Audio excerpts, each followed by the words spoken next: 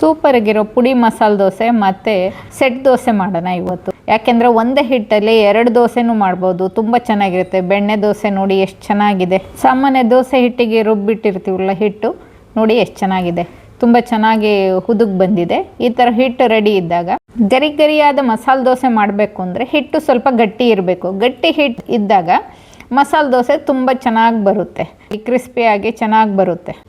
ಎಣ್ಣೆ ಹಚ್ಚಿ ಉಜ್ಜಿ ಚೆನ್ನಾಗಿ ನೀರು ಚಿಮುಕಿಸಿ ಆಮೇಲೆ ಗಟ್ಟಿಯಾಗಿರೋ 3 ಸ್ಪೂನ್ ಹಿಟ್ಟು ಹಾಕಿ ಚೆನ್ನಾಗಿ ರೌಂಡಕ್ಕೆ ಬರೋಂಗೆ ತಿರುಗ್ಸೋಣ. ಅಕಸ್ಮಾತು ದೋಸೆ ಹಿಟ್ಟು ಸ್ವಲ್ಪ ತೆಳುವಾಗಿತ್ತು, ಆಮೇಲೆ ಯಾಕೋ ಮೆತ್ತಗೆ ಬರ್ತಾಯಿದೆ, ಕ್ರಿಸ್ಪಿ ಬರಲ್ಲ ಅಂದರೆ ಒಂದು ಹಿಡಿ ಅಕ್ಕಿ ಹಿಟ್ಟು ಹಾಕಿ ಚೆನ್ನಾಗಿ ಕೈ ಆಡಿದರೆ ದೋಸೆ ಈಸಿಯಾಗಿ ಬರುತ್ತೆ. ಈಗ ಬೆಣ್ಣೆ ಹಚ್ಚೋಣ. ದೋಸೆ ಬೆಂದಿದೆ ಲೈಟಾಗೆ. ಈ ಬೆಣ್ಣೆ ನಂದಿನಿ ಹಾಲಲ್ಲೇ ತೆಗ್ದಿರೋದು. ಬೆಣ್ಣೆ ಹಚ್ಚೋದ್ರಿಂದ ಮಸಾಲೆ ದೋಸೆ ತುಂಬ ಸೂಪರಾಗಿ ರುಚಿ ಬರುತ್ತೆ. ಇನ್ನೊಂದು ತಿನ್ನೋಣ ಅನ್ನೋಷ್ಟು ಖುಷಿ ಆಗುತ್ತೆ ನೋಡಿ. ಈಗ ಚಟ್ನಿ ಪುಡಿ ಹಾಕೋಣ. ಅದೇ ಗನ್ ಪೌಡ್ರ್ ಅಂತಾರಲ್ಲ, ಅದೇ ಚಟ್ನಿ ಪುಡಿ ಮಾಡಿದ್ದೀನಿ. ವಿಡಿಯೋ ಒಂದು ಸತಿ ಹಾಕಿದ್ದೆ ನೋಡಿ ಬೇಕಾರೆ. ಆ ಥರ ಚಟ್ನಿ ಪುಡಿ ಹಾಕಿ ಆಮೇಲೆ ಆಲೂಗಡ್ಡೆ ಪಲ್ಯ ಮಾಡಿದ್ದೀನಿ, ಅದನ್ನಿಟ್ಟು ಮಸಾಲೆ ದೋಸೆ ಹೇಗೆ ರೆಡಿ ಮಾಡ್ತಾರೋ ಹಾಗೆ ರೆಡಿ ಮಾಡೋಣ.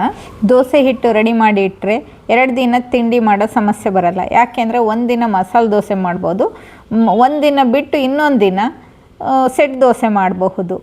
ಯಾಕೆಂದರೆ ರುಬ್ಬಿದಾಗೆ ಹುಳಿ ಬರೋಕ್ಕೆ ಮುಂಚೆನೇ ಹಿಟ್ಟು ಎತ್ತಿ ಇಟ್ಟಿದ್ರೆ ಅರ್ಧ ತೆಗೆದು ಮೊದಲಿನ ದಿನ ಮಸಾಲೆ ದೋಸೆ ಮಾಡ್ಬೋದು. ನೋಡಿ ಎಷ್ಟು ಕ್ರಿಸ್ಪಿಯಾಗಿ ಎಷ್ಟು ಚೆನ್ನಾಗಿ ಒಳ್ಳೆ ಕಲರ್ ಬಂದಿದೆ ದೋಸೆ, ಎಷ್ಟು ಚೆನ್ನಾಗಿದೆ ಅಂತ.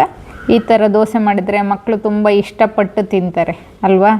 ದೊಡ್ಡವ್ರಿಗೂ ಇಷ್ಟ ಆಗುತ್ತೆ. ಯಾಕೆಂದರೆ ಹೋಟೆಲ್ಗಿಂತ ಏನೇ ಅಂದರೂ ಮನೇಲಿ ಮಾಡಿದ ದೋಸೆ ತುಂಬ ರುಚಿಯಾಗಿರುತ್ತೆ, ಹೆಲ್ತಿಯಾಗಿರುತ್ತೆ, ಆರೋಗ್ಯನೂ ಜೋಪಾನವೂ ಆಗುತ್ತೆ.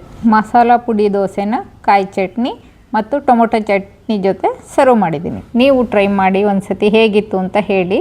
ಈಗ ಸೆಟ್ ದೋಸೆ ಮಾಡೋಣ. ಅದೇ ದೋಸೆ ಹಿಟ್ಟಲ್ಲೇ ಸೆಟ್ ದೋಸೆ ಇನ್ನೊಂದು ದಿನ ಮಾಡಿದ್ದೀನಿ. ಸೆಟ್ ದೋಸೆನ ಎಷ್ಟು ಚೆನ್ನಾಗಾಗಿತ್ತು ಅಂದರೆ ಹಂಗೆ ಸ್ಮೂತಾಗಿ ಸ್ಪಂಜ್ ಇದ್ದಂಗಿದ್ವು. ನೀವು ಮಾಡಿ ಒಂದು ಸತಿ. ಸೆಟ್ ದೋಸೆಗೆ ಅಷ್ಟು ಗಟ್ಟಿ ಇರೋ ಹಿಟ್ಟು ಆಗಬಾರ್ದು, ಸ್ವಲ್ಪ ಅದಕ್ಕೆ ನೀರು ಹಾಕಿ ಮಿಕ್ಸ್ ಮಾಡ್ಕೊಂಡು ಮಾಡಿದರೆ ತುಂಬ ಚೆನ್ನಾಗಿರೋ ಸೆಟ್ ದೋಸೆ ಬರುತ್ತೆ. ಇಷ್ಟು ಗಟ್ಟಿ ಇದ್ದರೆ ದೋಸೆ ಸೆಟ್ ದೋಸೆ ಅಷ್ಟು ಚೆನ್ನಾಗಿ ಬರೋಲ್ಲ. ಅದಕ್ಕೆ ಸ್ವಲ್ಪ ನೀರು ಮಿಕ್ಸ್ ಮಾಡ್ಕೊಂಡಿದ್ದೀನಿ. ಹಂಚು ಚೆನ್ನಾಗಿ ಕಾಯಿಸಿ ನೀರು ಚಿಮುಕಿಸಿ ಒಂದೊಂದೇ ಸೆಟ್ ದೋಸೆ ಹಾಕೋಣ. 1 ಸ್ಪೂನಿಗೆ ಒಂದು ಹಾಕಿದರೆ ಸಾಕು, ಕರೆಕ್ಟಾಗಿ ದೋಸೆ ಚೆನ್ನಾಗಿರುತ್ತೆ. ಯಾಕೆಂದರೆ ಹಿಟ್ಟು ತೆಳು ಇರುತ್ತಲ್ಲ, ಅದೇ ಸ್ಪ್ರೆಡ್ ಆಗುತ್ತೆ. ಈ ಥರ ಮೂರು ದೋಸೆ ಹಾಕಿದರೆ ಚೆನ್ನಾಗಿ ಕರೆಕ್ಟಾಗಿ ಬರ್ತದೆ ದೋಸೆ. ನೀವು ಒಂದು ಸತಿ ಹಾಕಿ ಮಾಡಿ ನೋಡಿ. ಒಂದೇ ಹಾಕೋದು ಬೇಡ, ಯಾಕೆಂದರೆ ಸುಮ್ಮನೆ ಗ್ಯಾಸ್ ವೇಸ್ಟ್ ಆಗುತ್ತೆ. ಅದಕ್ಕೆ 3 ದೋಸೆ ಹಾಕಿದರೆ ಈ ಥರ 3 ಹಾಕಿದರೆ ಚೆನ್ನಾಗಿ ಬರುತ್ತೆ. ಮಕ್ಕಳು ಇಷ್ಟಪಟ್ಟು ತಿಂತಾರೆ. ದೊಡ್ಡವ್ರಿಗೂ ಸ್ಮೂತಾಗಿರಬೇಕು ಅಂತ ಅನ್ನೋರಿಗೆ ಈ ಥರ ಸೆಟ್ ದೋಸೆ ಮಾಡ್ಬೋದು. ಒಂದೇ ಹಿಟ್ಟಲ್ಲಿ 2 ಥರ ದೋಸೆನೂ ಮಾಡ್ಬೋದು. ನೋಡಿ ಎಷ್ಟು ಚೆನ್ನಾಗಿರೋ ದೋಸೆ ಬಂದಿದೆ. ನಾನು ಯಾವಾಗಲೂ ದೋಸೆ ಹಿಟ್ಟು ರೆಡಿ ಮಾಡಿದಾಗ ಒಂದಿನ ಮಸಾಲೆ ದೋಸೆ ಮಾಡಿದರೆ ಇನ್ನೊಂದು ದಿನ ಸೆಟ್ ದೋಸೆ ಅಥವಾ ಪಡ್ಡು ಮಾಡ್ತೀನಿ. ಮಕ್ಕಳಿಗೆ ಸಾಮಾನ್ಯ ಮಸಾಲೆ ದೋಸೆ ಬೇಕು ಅಂತ ಹೇಳ್ತಾರೆ, ಆದರೆ ಬಾಕ್ಸಿಗೆ ಹಾಕ್ಕೊಟ್ಟು ಕಳ್ಸೋಕ್ಕೆ ಸೆಟ್ ದೋಸೆ ಚೆನ್ನಾಗಿರುತ್ತೆ. ಯಾಕೆಂದರೆ ಸ್ಮೂತಾಗಿ ಮಧ್ಯಾಹ್ನದವರೆಗೂ ಚೆನ್ನಾಗೇ ಇರುತ್ತೆ ಈ ಥರ ದೋಸೆ ಮಾಡಿಕೊಟ್ರೆ. ನೋಡಿ ಸೂಪರ್ ಸಾಫ್ಟ್ ಆಗಿರೋ ಸೆಟ್ ದೋಸೆ ರೆಡಿ ಆಯಿತು. ಈಗ ಸರ್ವ್ ಮಾಡೋಣ ಸೆಟ್ ದೋಸೆನ. ಹೋಟ್ಲಲ್ಲೆಲ್ಲ ಸೆಟ್ ದೋಸೆಗೆ ಮೈದಾ ಹಾಕ್ತಾರೆ, ಏನೇನೋ ಅಂತ ಹೇಳ್ತಾರೆ. ಆದರೆ ನಾನಂತೂ ಮಾಮೂಲಿ ದೋಸೆ ಹಿಟ್ಟಲ್ಲೇ ಯಾವಾಗಲೂ ಸೆಟ್ ದೋಸೆ ಮಾಡ್ತೀನಿ, ಚೆನ್ನಾಗೇ ಬರುತ್ತೆ.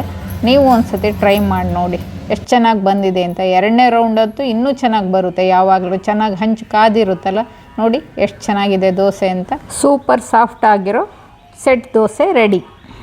ಸೆಟ್ ದೋಸೆನ ಕಾಯಿ ಚಟ್ನಿ ಟೊಮೊಟೊ ಚಟ್ನಿ ಜೊತೆ ಸರ್ವ್ ಮಾಡ್ತಾಯಿದ್ದೀನಿ ನೋಡಿ.